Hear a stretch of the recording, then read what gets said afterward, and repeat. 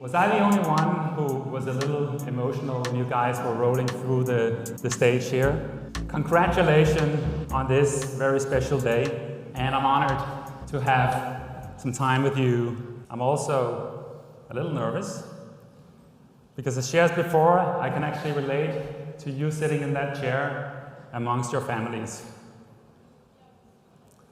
Yet still, I've been invited to stand here on stage today, and I think for the first time, the mic has been passed to an entrepreneur, a founder.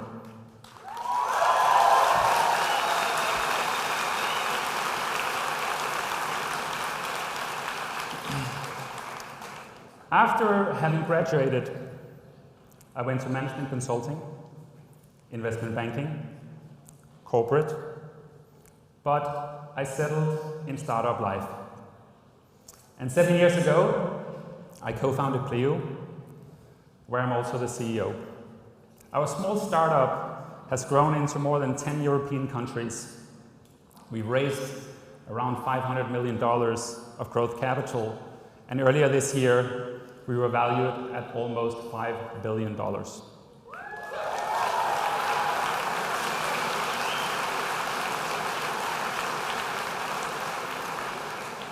But what makes me the most proud is our organization. We are a diverse team of 900 people, highly engaged, and we work hard to create real belonging in our company. All of it designed, created, nurtured with love from Copenhagen. But I'm not going to talk about Pleo today. No, I'm here to share with you some learnings I wish I had sitting in your chair. A couple of months ago, I had the opportunity to learn stories from two brilliant, admirable founders. René Rickman, a fellow Dane, he's the founder of Moonbug, creating kids content such as Cocomelon, on a daily basis watched by millions of kids. And Mark Randolph, founder of Netflix, who today is investing into a great number of startups. They had done similar research. René, he had been on a journey to identify the most important trait or skill in kids that would lead to happy and successful lives. And Mark, he had been on a similar mission, identifying the most prevalent skill that would make a founder go on and build an amazing business. Interestingly, they independently pointed at the same life skill: resilience. Resilience. Through 3 stories, I will share with you today a bit of my own journey in finding resilience. Story number 1, finding your belonging. I grew up on the countryside, a little north of Copenhagen. When I was 4, my parents got divorced. Contrary to anyone I knew with divorced parents, my older sisters and me, we ended up staying with my dad. Apart from running a family with 3 kids, my dad was also an entrepreneur, and he was running a small accounting practice. Today, as a father of 3, with my own business, an entrepreneur, but in partnership with my lovely wife, I can only imagine how difficult this must have been.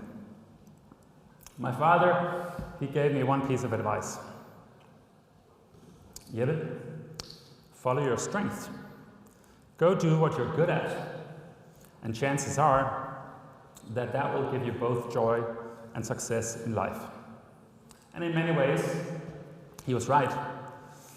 In high school, I was average, but the kind of average that had a polar between excellent on one side and another polar of real insignificance, subpar performance.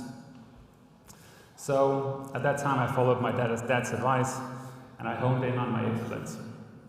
I went to business school, I went to CBS, and it was right up my alley. I graduated top of class. At the time, 18 years ago, top students, they either went into management consulting or investment banking.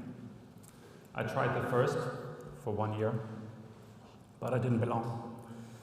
I then tried the second for 4 years. I still didn't belong.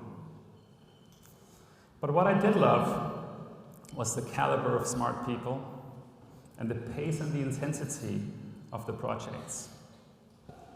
My learning curve was steep. What I disliked was working on subjects and content with clients where I felt no belonging, no purpose. I therefore went to my third choice of top students. I went corporate. I joined a company with a great purpose of supplying the world with healthy foods. And I did feel inspired by the purpose, but I disliked the pace and at which I could influence it. So after 6 years of searching, I took a risky and transformational decision. I cut my annual compensation with 70%. I handed back my company car and I entered the startup world. And here, for the past 12 years, I have found a world of talented people, a world of special people. I've found purpose in building something inspirational together. I found urgency and a strive for performance. I found diversity and inclusivity like nowhere I had been before.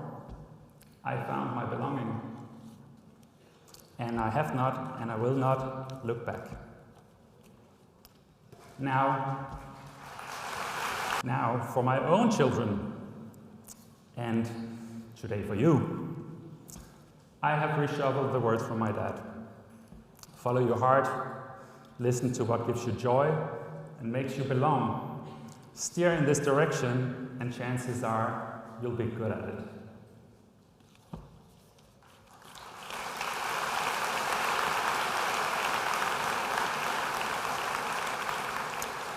Story number 2. We are all ducks. Quack, quack, ducks. In academia, on the subject of resilience, there is one reality and one behavior that is common in resilient people. First, the realization that life is a lot of shit. Life is simply a series of shitty external events that you can't control. Significant or insignificant events. We'll all eventually go on and lose close family. Some of us will fight illness. Others will have financial problems. And translated into our careers, some will get fired. Some will disappoint on their performance, and some will be out of comfort on the challenge ahead. We will all be faced with shitty things. But resilient people, they quickly rest in peace with those stressful events that are out of their control. And instead, they focus on what they can do to positively influence the given situation. And coming out of COVID, mental health issues has been on a global hike. And as a graduate facing a life transformation, you are at risk. And so was I.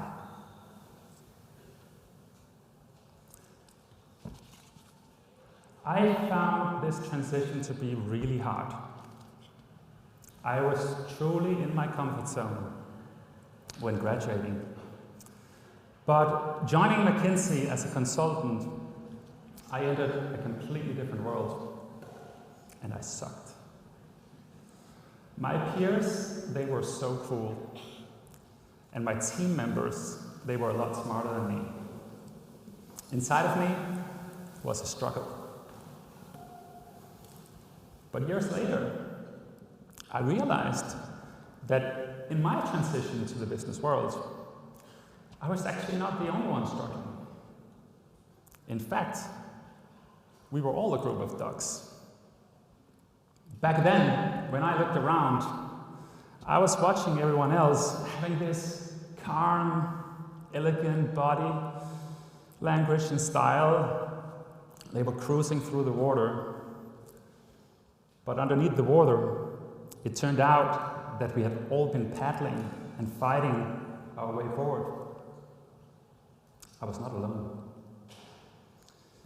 So, in your transition to business life, the chances are that in the beginning you will suck. But so will everyone else. You're not alone. And it's okay. It's actually expected. Rest in peace. Breathe. Focus on what you can positively influence.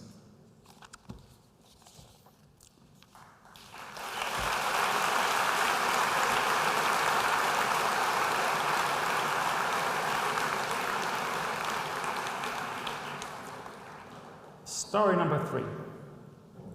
Being comfortable, being uncomfortable.